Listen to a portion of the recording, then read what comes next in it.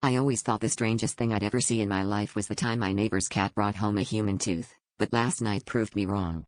It started when I found a Polaroid slipped under my apartment door, showing me fast asleep in bed. The angle was impossible, directly above me, as if the photographer had floated through my solid concrete ceiling. I laughed it off at first, blaming my roommate for a weird prank, but she'd been out of town all week. Still, the edges of the photo trembled in my hands, as if it was reacting to my touch.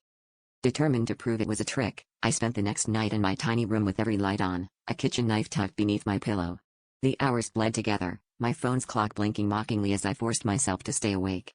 At 3:17 a.m., I felt the weight of a presence, heavy and oppressive, pressing down from above.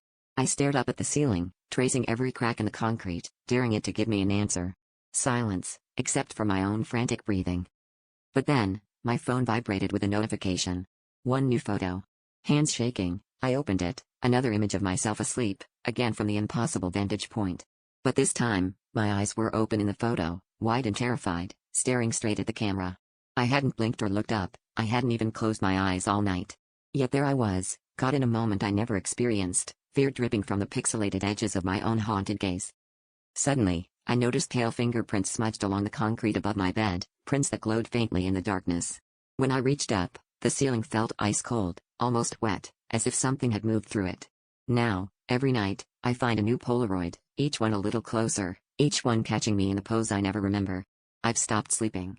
But sometimes, just before I drift off, I swear I hear the shutter click from somewhere inside the concrete, and I know whatever is up there is getting bolder.